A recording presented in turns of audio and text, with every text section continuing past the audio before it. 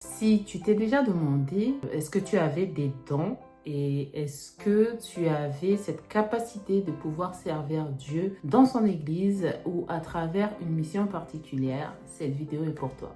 Reste connecté et avant d'aller plus loin, je te conseille de t'abonner à la chaîne, de partager cette chaîne à 3 personnes que tu aimes vraiment et que tu voudrais voir évoluer. Et je te demande d'activer la petite cloche afin de recevoir les nouvelles notifications. Aujourd'hui, nous allons parler des dons que Dieu a donnés à chacun. Et oui, chacun de nous a un don ou des dons particuliers que Dieu a déposés en nous dès avant notre conception. Symboliquement, qu'est-ce qu'un don? Alors, le don, c'est un cadeau divin qui a été déposé en nous pour une mission spécifique. Le don doit être mis au service des autres et il ne doit pas être gardé pour nous-mêmes. Parce que la Bible dit, est-ce qu'on met une lampe allumée sous un boisseau ou en dessous du lit?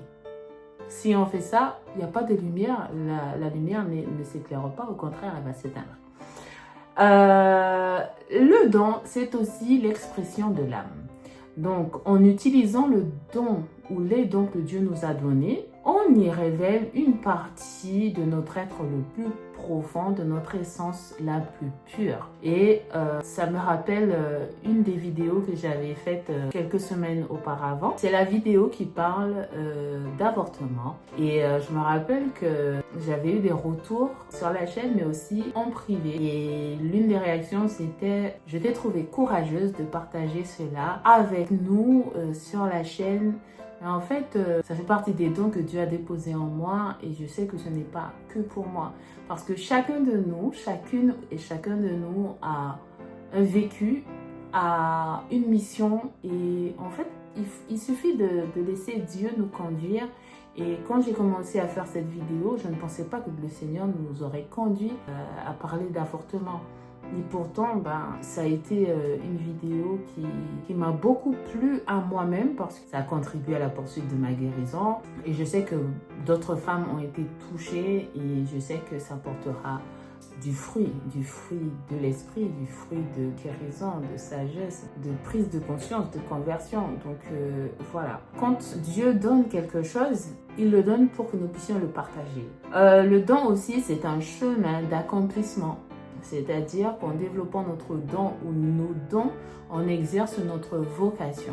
Notre vocation, mais aussi on rentre dans notre pleine réalisation, on rentre dans le chemin que Dieu a choisi pour nous afin de le servir. Donc on peut dire que dans la Bible, on parle de plusieurs dons et nous pouvons en trouver 9 déjà bien prédéfinis, dons de sagesse, de connaissance, de discernement des esprits, le don de foi, le don de guérison, le don d'opérer des miracles, le don de prophétie, le don des langues et le don d'interprétation des langues. Mais je ne vais pas rentrer dans l'explication des dons à proprement parler, mais en tout cas, ce que Dieu nous invite à faire, c'est à nous mettre au service des autres. Et pour cela, Dieu nous donne le passage de 1 Pierre, chapitre 4, versets 10 à 11.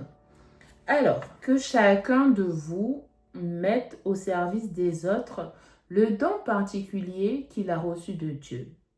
Vous serez ainsi de bons administrateurs de la grâce infiniment variée de Dieu. Que la personne qui a le don de la parole transmette les paroles de Dieu. Que celle qui a le don de servir l'utilise avec la force que Dieu lui accorde. Il faut qu'en toute chose, gloire soit rendue à Dieu par Jésus-Christ, à qui appartiennent la gloire et la puissance pour toujours. Amen. Et je suppose que dans une autre version, on trouve à qui appartiennent la gloire et la puissance pour les siècles des siècles. Amen. Alors, je vais parler brièvement des différents dons que l'on vient de citer, afin que chacun puisse voir ce dont il est doté, et nous rentrerons plus en détail sur l'enseignement en fait que je veux donner aujourd'hui. Donc, premièrement, nous avons le don de la sagesse. Le don de la sagesse est une parole donnée à une personne chrétienne pour une autre personne qui vient régler un problème dans sa vie que l'intelligence humaine n'a su régler. La parole de sagesse est premièrement une parole spirituelle que l'être humain ne peut pas forcément savoir de lui-même. Elle est parfois qualifiée comme une parole folle, une parole incompréhensible pour l'esprit humain et que Dieu seul peut donner afin de débloquer une situation ou un miracle. Nous avons ensuite la parole de connaissance. La parole de connaissance est donnée par une personne chrétienne à une autre qui donne une connaissance surnaturelle des événements ou d'une situation passée, présente ou future. Je ne sais pas si vous avez l'habitude d'aller dans les soirées charismatiques ou même dans les églises protestantes où on donne une parole et en fait, la personne qui fait l'enseignement ou qui fait la prédication ne vous connaît pas, ne connaît pas votre vie, mais cette personne-là vous dit, voilà que Dieu m'a dit que, par exemple, il y a tant d'années, tu as perdu un enfant et que ça a été de telle manière, de telle manière. Et en fait, c'est ça, une parole de connaissance, une parole que la personne en face de vous ne peut pas savoir, ne peut pas connaître si elle n'a pas discuté avec vous du point de vue humain, mais spirituellement parlant, Dieu va lui révéler des choses pour pouvoir venir toucher votre cœur et vous guérir surtout. La parole de connaissance est une parole donnée à notre esprit pour que cette parole soit donnée à une autre personne. Ainsi, notre esprit a la capacité de voir les choses s'opérer dans le surnaturel. C'est ce que je vous disais. C'est-à-dire que je ne vous connais pas, mais Dieu peut me donner une parole pour dire, bon ben, il y a une personne sur la chaîne qui a manqué de telles choses pendant tant d'années et Dieu vient lui dire que ça y est, aujourd'hui, tu vas recevoir ou tu as reçu la guérison pour ça. Si on prend un exemple de parole de connaissance, on peut prendre la parole de Jean 4, versets 17 à 18, où Jésus rencontre la Samaritaine et il lui demande où est ton mari? La Samaritaine dit, je n'ai pas de mari. Jésus lui dit, tu dis bien de dire que tu n'as pas de mari parce que tu en as déjà eu 7 et celui que tu as actuellement, ce n'est pas ton mari. Jésus n'a jamais rencontré cette femme et pourtant, il lui donne une parole qui vient toucher son cœur parce qu'elle sait que c'est vrai. Et dans la situation dans laquelle elle est, elle sait qu'elle vit en concubinage avec quelqu'un qui n'est pas son mari parce qu'elle n'est pas mariée. C'est ça une parole de connaissance. Ensuite, nous avons le don de foi. Le don de foi, c'est la capacité donnée à notre esprit de développer une foi spéciale. C'est un don particulier de foi qui se manifeste souvent avec un don spirituel, comme la parole de connaissance ou le don d'opérer des miracles. D'accord? Le don de foi se manifeste devant une situation particulière et pour un moment précis. La foi en général doit se développer quotidiennement chez le chrétien. Et ce don de foi n'est pas le fruit d'un effort ou d'une concentration. C'est un don gratuit de Dieu. Et ça peut durer un certain moment et partir à un autre moment. Mais pour ma part, quand Dieu donne quelque chose, il ne reprend pas. Mais il y a des personnes pour lesquelles il donne une grâce particulière, un don particulier d'une période à une autre. Et si on prend l'exemple des voyants de Medjugorje, non pas les voyants marabouts ou quoi que ce soit, mais les personnes qui voyaient la Vierge Marie à Medjugorje ou à Fatima, il s'avère qu'ils ont eu ce don-là à un moment donné, puis ça a duré une certaine période. Il y en a qui ont arrêté d'avoir des visions. Et il y en a d'autres qui ont continué à avoir jusqu'à dernièrement. Et je crois qu'il y en a une qui reçoit toujours chaque 25 du mois. D'accord? Donc ça, c'est un don de foi. Ensuite, nous avons le don de discernement des esprits. Le don de discernement des esprits nous permet donc de distinguer quelle est la manifestation du Saint-Esprit et celle des esprits impurs, des esprits sataniques. Le don de discernement des esprits est un don qui révèle nos blocages dans notre marche spirituelle afin que nous cessions d'être sous la domination des esprits mauvais qui rôdent autour de nous. Je sais que par le passé, j'ai pu avoir le don de discernement des esprits. Je ne sais pas si je l'ai toujours. Ça, c'est Dieu seul qui sait. Et peut-être que je l'ai éteint par peur de ce que cela représentait. Mais je sais qu'à un moment donné, je pouvais passer à côté d'une personne et prendre des odeurs bizarres, des odeurs de mort par exemple. Ou regarder quelqu'un et sentir qu'il y avait quelque chose qui n'était pas normal chez cette personne-là. Et en vous disant ça, je me rappelle d'une situation que j'ai vécue l'année dernière et je pense que je l'ai toujours. Mais comme j'ai évolué spirituellement, j'ai grandi en maturité spirituelle, ça se manifeste de manière différente. D'accord?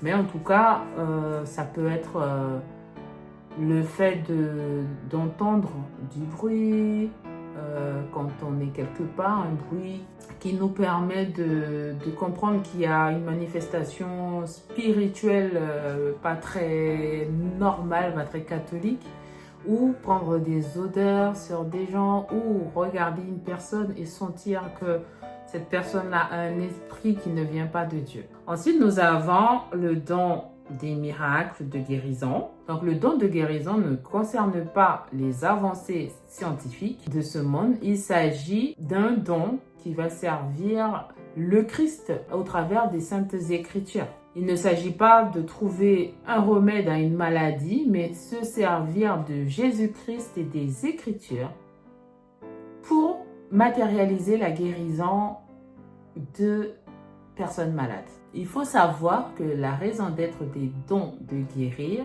est de délivrer les malades et de détruire les œuvres du diable dans le corps humain.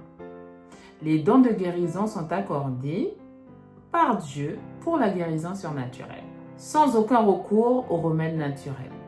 C'est vraiment, vous allez dans une assemblée de prière, on prie pour vous, vous êtes rentré avec une canne, vous repartez sans canne, vous êtes arrivé en chaise roulante, vous repartez debout sur vos deux jambes. Ça peut être différents types de manifestations de guérison. Ça peut être de la guérison émotionnelle aussi. Vous faites une dépression et au travers de la prière d'un frère, d'un prêtre ou d'un pasteur, peu importe, vous repartez et vous sentez intérieurement que vous êtes guéri pour ce qui est des blessures émotionnelles. Et à partir de ce moment-là, plus rien. J'avais fait une retraite et un monsieur avait témoigné qu'il portait des lunettes et on a prié lors d'une retraite, on a prié pour une autre personne et il a dit par la foi que ok Seigneur, j'accueille ma guérison. Et il nous dit que depuis ce jour-là, il a déposé les lunettes, il n'a aucun problème de vue. Ça c'est une guérison, il a reçu le don de la guérison au travers de la personne qui a fait l'enseignement, qui a donné la parole et qui a prié. Voilà, les dons de guérison sont accordés par Dieu pour la guérison surnaturelle sans aucun recours aux remèdes naturels. La guérison est la conséquence de la foi mutuelle de celui qui proclame la parole et de celui qui la reçoit. Car c'est la foi qui sauve. C'est ainsi que le boiteux de Lystre fut guéri. Dis seulement une parole, Seigneur, et je serai guéri. C'est ainsi que le Seigneur Jésus a guéri le paralytique. Il avait la foi et Paul déclara avec assurance la guérison de sa vie et il se mit à marcher. De même que le paralytique de la porte de la belle porte au temple de Jérusalem. Nous avons plusieurs cas. Nous avons le cas de l'homme qui était sur sa civière et qui n'arrivait pas à sauter dans la piscine. Et nous avons aussi la personne qui ne marche pas depuis sa plus tendre enfance et que tout le monde voyait chaque jour assis devant la porte de la belle porte. Et il a suffi que Pierre lui dise je n'ai pas d'argent, je n'ai pas d'or, mais ce que j'ai, je te le donne au nom de Jésus, lève-toi et marche. Et on nous dit qu'il a bondi en fait. Il a bondi et il fut guéri et tout le monde était stupéfait. Il a été se présenter, les gens lui ont demandé comment ça se fait que tu es guéri. Il a dit, ben, c'est ce Jésus-là, c'est au nom de Jésus que vous avez crucifié et j'ai été guéri. C'est ainsi qu'on a commencé à chercher les apôtres pour les faire taire et arrêter de proclamer le nom de Jésus. Donc voilà. Nous avons ensuite le don de miracle. Donc le don de miracle vient identifier la puissance de Dieu. D'accord? Le don de miracle justifie notre qualité d'envoyé de Dieu. Il ne peut s'exercer si nous ne cultivons pas le fruit de l'amour en nous. C'est-à-dire que si on a un cœur de pierre, si on a un cœur jaloux, si on a un cœur qui n'est pas connecté à cet amour de Dieu, on ne peut pas opérer le don de miracle. On pourra peut-être opérer le don de quelque chose, mais pas forcément le don de miracle de Dieu. Parce que on le sait très bien, le diable, c'est le singe de Dieu. Donc il y a des personnes qui vont voir des personnes qui ne travaillent pas forcément avec Dieu, mais travaillent avec l'autre du sous-sol. Et pourtant ils opèrent des guérisons, mais on sait très bien que lorsque le bras est guéri, ben, le pied devient malade. Ils ne font que déplacer le mal d'un point à un autre, alors que lorsque Jésus guérit, il guérit tout d'un coup. Il guérit l'âme et il guérit le corps, puisque la source de toutes les maladies, c'est le péché. Et si l'âme est atteinte par le péché, ben, ça va se répercuter sur le corps. Nous avons aussi le don d'inspiration, c'est-à-dire le don de prophétie. Dans Corinthiens 14, versets 29 à 31, on nous dit que pour ce qui est des prophètes, que 2 ou 3 parlent, que les autres jugent, et si un autre qui est assis a une révélation, que le premier se taise. Car vous pouvez tous prophétiser successivement afin que tous soient instruits et que tous soient exhortés. Donc la prophétie est une révélation toujours en accord avec la parole de Dieu. Celui qui prophétise, au contraire, parle aux hommes, les édifie, les exhorte, les console. Avoir le don de prophétie, c'est expérimenter le dévoilement surnaturel des faits ou d'événements à venir. Tous peuvent accéder à ce don, mais tous ne s'en donnent pas les moyens. Sanctification. Et en effet, pour pouvoir manifester les dons de Dieu, il faut avoir une vie sanctifiée, une vie en accord avec la parole de Dieu, une vie qui respecte son propre corps, afin de pouvoir grandir avec le Christ, mais aussi de protéger son âme, parce que on ne peut pas vivre dans le péché. Alors, Dieu est puissant, Dieu est puissant, il est fort, mais il y a une certaine discipline. C'est vrai que Dieu est miséricordieux, Dieu nous accorde le pardon de nos péchés. Mais si nous voulons servir Dieu, nous devons tout faire, même si nous tombons, mais nous devons tout faire pour nous relever afin de pouvoir servir Dieu de manière consciente, de manière sage, mais aussi de manière à pouvoir sanctifier les autres, à pouvoir être un modèle pour les autres de par notre façon de vivre et non pas seulement nos paroles, et que quand les autres nous regardent, ils voient que notre vie n'est pas en accord avec ce qu'on dit en fait. Donc voilà. Donc, sanctification, méditation de la Bible, prière, investissement, consécration. C'est ainsi que nous allons, comme je le dis souvent, nous allons convertir les gens de par notre façon d'être, de par notre manière de vivre, et non pas notre façon de dire Seigneur, Seigneur, et puis on ne fait pas la volonté de Dieu, Seigneur, Seigneur, et puis on a un cœur mauvais, un cœur qui dit du mal, qui fait le mal. Donc nous devons être conscients que pour pouvoir manifester l'amour de Dieu et les dons de Dieu, nous devons marcher dans la sanctification, être en communion avec Dieu chaque jour en lisant sa parole, en priant Dieu et en le mettant surtout à la première place. Et c'est ainsi que Dieu vient habiter en nous, il vient prendre une place en nous et il vient se glorifier en nous. Et il vient nous aimer tel que nous sommes. Alors, nous avons aussi la diversité des langues. On peut le voir au niveau des Actes des Apôtres au chapitre 2 où il y a eu la Pentecôte. Et en effet, on nous dit que les apôtres étaient rassemblés dans la chambre haute avec Marie et que, voilà, tout d'un coup, ils priaient et tout d'un coup, ils ont entendu comme un coup de tonnerre et la maison où ils étaient s'est mise à trembler.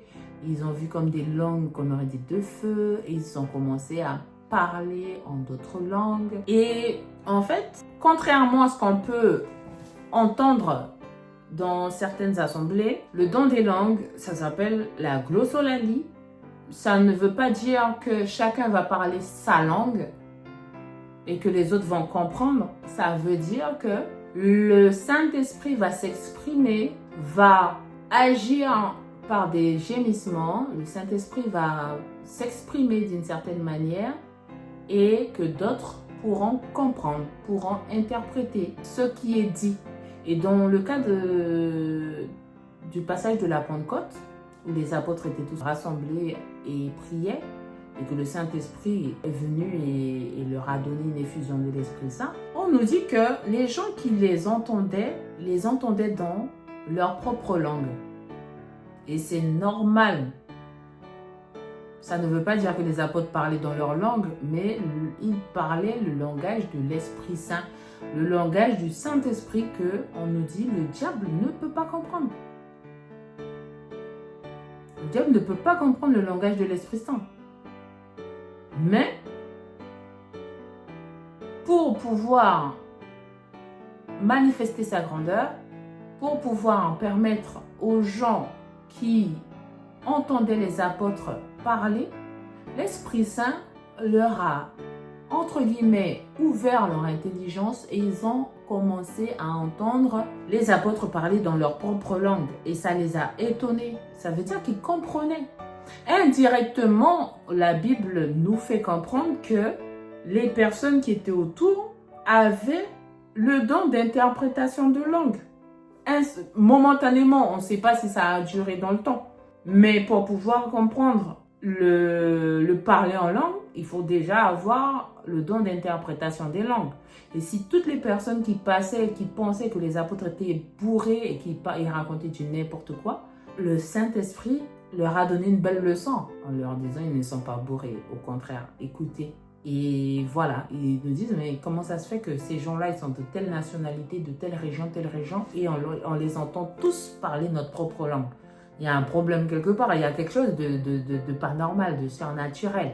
Et le don de parler en d'autres langues peut nous être donné si nous le demandons à Dieu, mais aussi si nous avons une vie de sanctification, comme je l'ai dit plus haut, avoir une hygiène de vie spirituelle, repentance, confession, avoir donné sa vie au Seigneur, ou avoir fait une rencontre personnelle avec Jésus et vivre vraiment selon ce que Dieu nous demande et le don des langues nous est donné.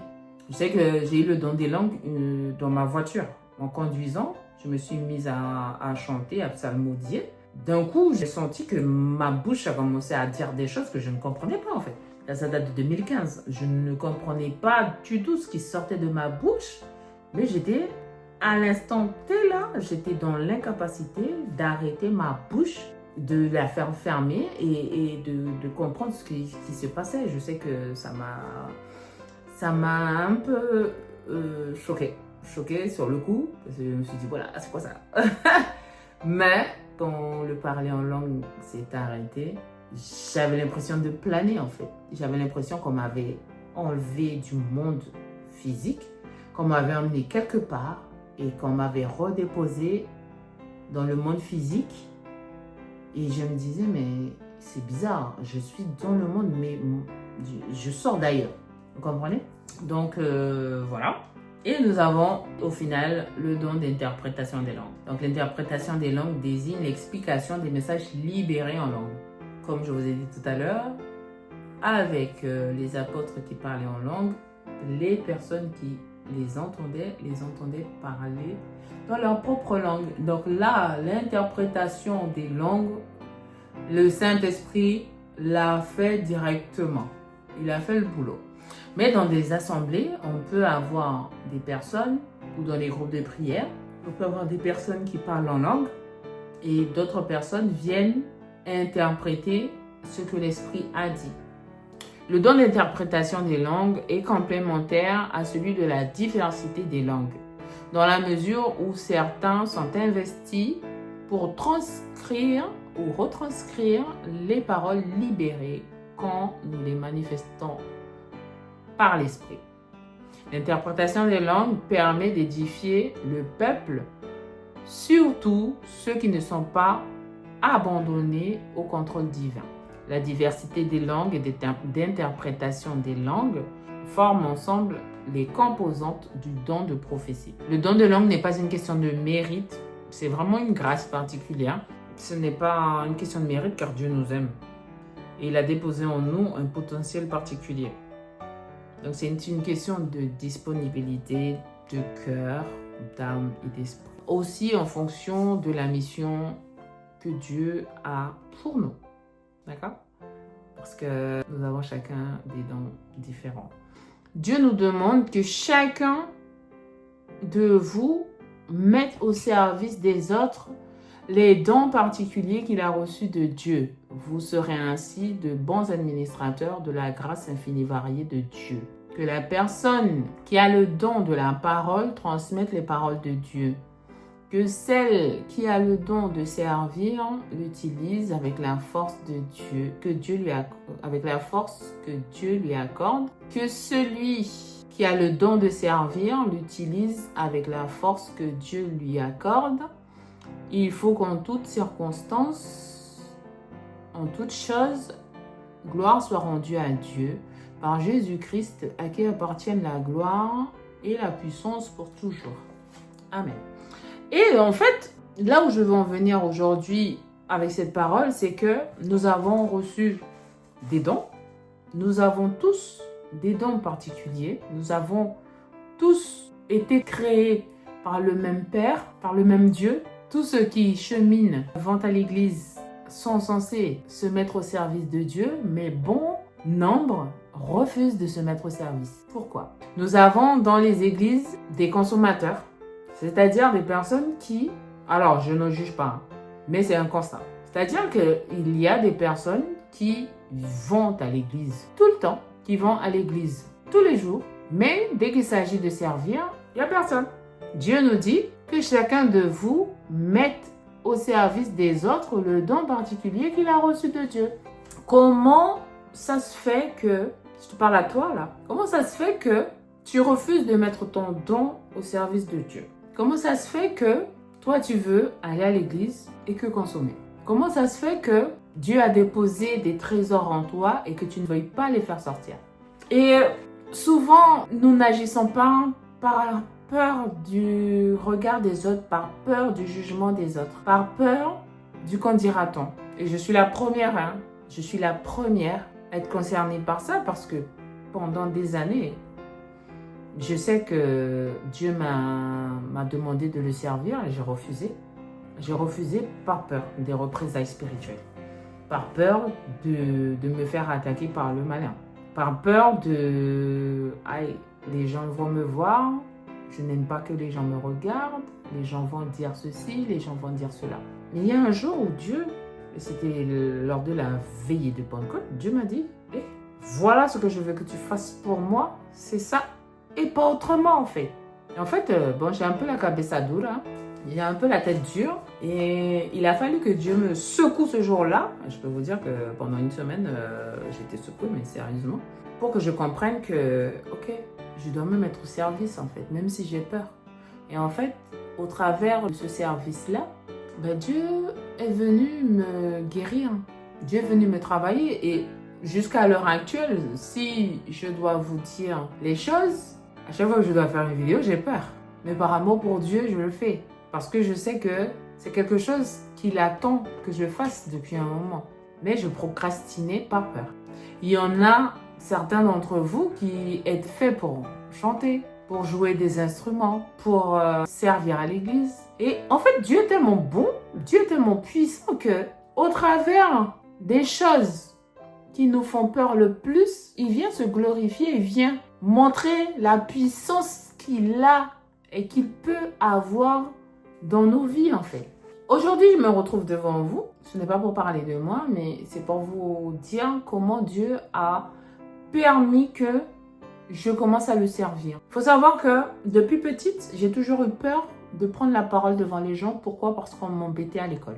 À l'époque, on ne parlait pas d'harcèlement à l'école. Mais à chaque fois que j'ouvrais la bouche, on m'embêtait parce que j'avais l'accent espagnol. J'ai grandi en République dominicaine avant de revenir en Guyane, mais j'avais cet accent-là et dès que j'ouvrais la bouche, on m'embêtait. Ben, Jésus est venu quand j'ai commencé à cheminer en 2011. Je voulais servir absolument le Seigneur, mais je ne savais pas comment. Je ne savais pas qu'on pouvait servir le Seigneur à l'église. Je voyais du monde qui marchait, qui faisait des trucs, mais je ne comprenais pas en fait. Et un jour, je me suis mise à chercher sur Internet et voilà que j'ai trouvé les marottes du service social.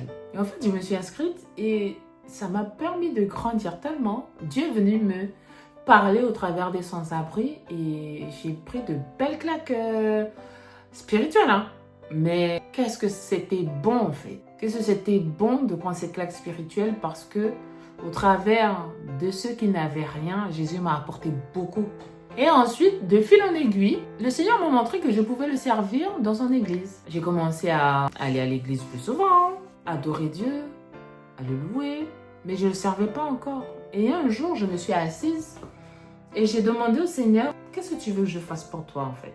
Donc tout ça, je vous le dis pour que vous puissiez comprendre que en demandant à Dieu qu'est-ce qu'il veut que nous fassions pour lui, il va nous apporter les réponses. Et voilà, je me suis assise un jour à l'église avant la messe, il y avait l'adoration, et je me suis assise, j'ai dit mais qu'est-ce que tu veux que je fasse pour toi en fait? Et je suis restée un bon moment assise et j'attendais une réponse dans mon cœur ou quelque chose qui me vient dans la tête. Et voilà que juste avant la messe, je vois une dame, la dame qui s'occupait des chants et de la lecture, elle vient me voir et elle me dit « Bonjour, tu veux faire la lecture ?» Je dis « Ah non, hein. » Mais vraiment la grosse sauvage quoi. Et la dame est partie, elle a fait « Oh !» Et en fait, quand elle est partie comme ça, de manière triste, j'ai eu mal au cœur, mais vraiment mal au cœur. Et j'entends une voix dans mon cœur, là, pour le coup, qui me dit « Tu me demandes de te demander ce que je veux que tu fasses pour moi, et quand je demande, tu me dis non. » Et là, je me suis dit « Ah, Seigneur, pardon. Pardon, parce que tu sais que j'ai peur de lire. À l'école, je préférais avoir un 0 que de prendre la parole, et ça jusqu'au lycée. Tu sais que j'ai peur d'avoir le regard des autres sur moi. J'ai peur de bégayer en fait.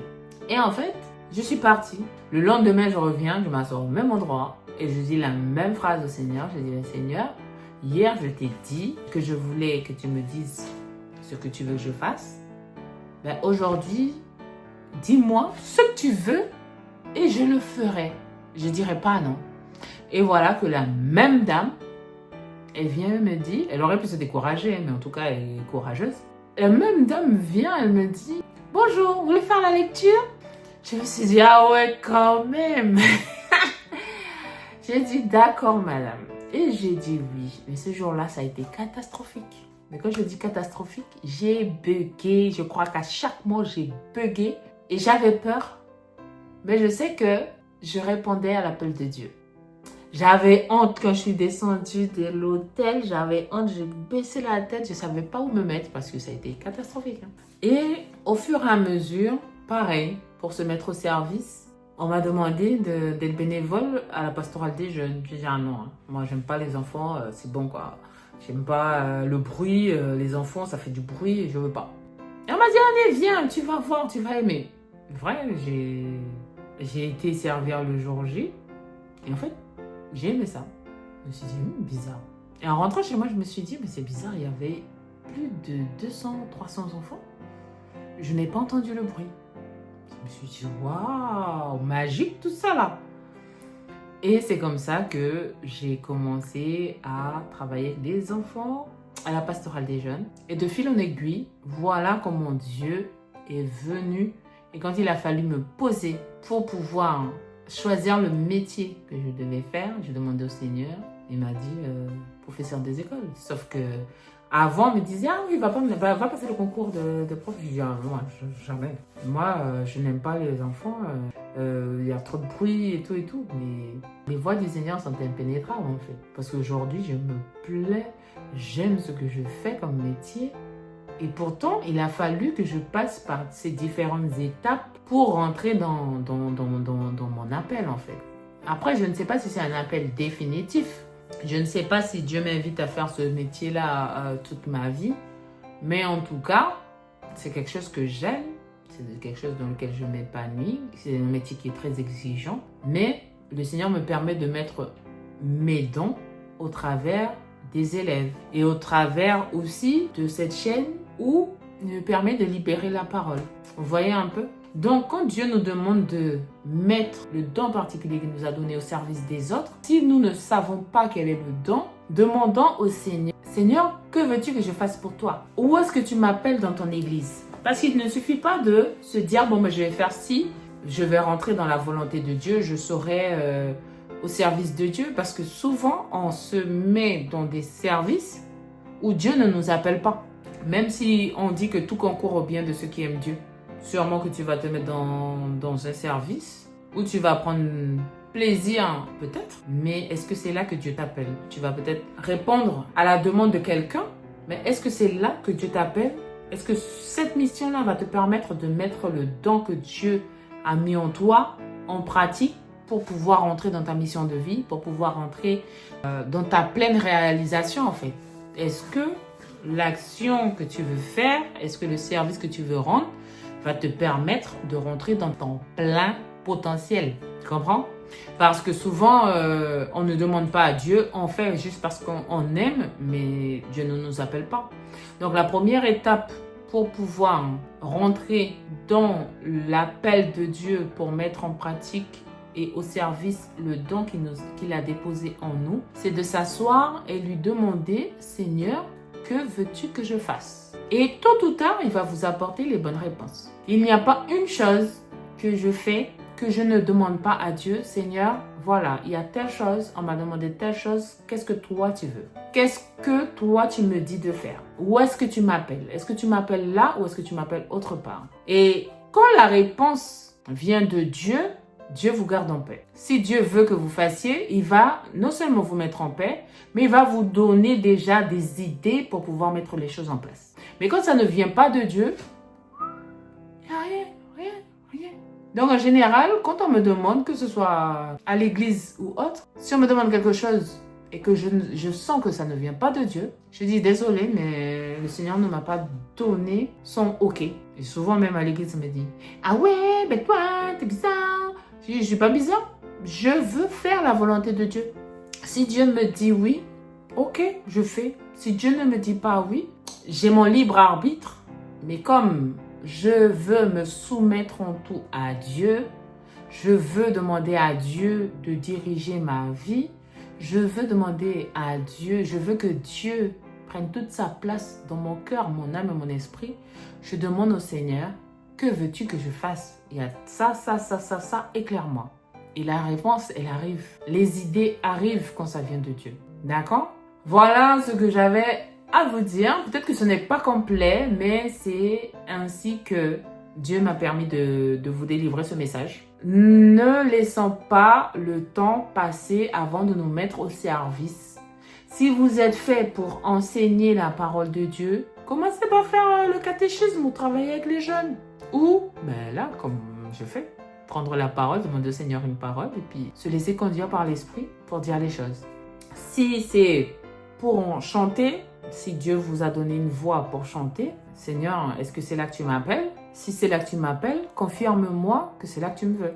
Si vous avez le don de prophétie, ou si vous pensez avoir le don de prophétie, Seigneur, confirme-moi que ce que j'ai reçu dans le cœur vient de toi. Et c'est vrai que ce n'est pas facile, parce que je m'en rappelle qu'à une époque, en 2015-2016, le Seigneur me donnait des paroles pour des personnes, mais moi j'avais peur, je me disais, oh là, ça vient pas de Dieu. Mais en fait, les premiers temps, je ne disais rien par peur. Et à un moment donné, j'ai senti qu'il fallait le dire parce que j'étais dans la désobéissance. Et à plusieurs reprises, j'ai donné des messages à certaines personnes, mais il s'avère que ce que Dieu m'avait dit, ça s'était manifesté quelques temps après. Sauf que quand Dieu nous donne une parole, il ne nous dit pas ça va se passer comme ci, comme ci, comme ça. En tout cas, pour ce qui me concerne.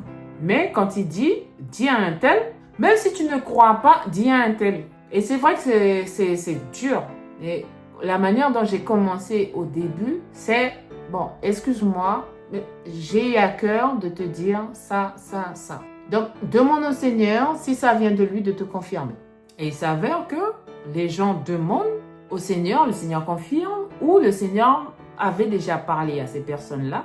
Et au travers de la parole que moi j'ai dit ou que tu peux dire à la personne a sa réponse et elle te confirme.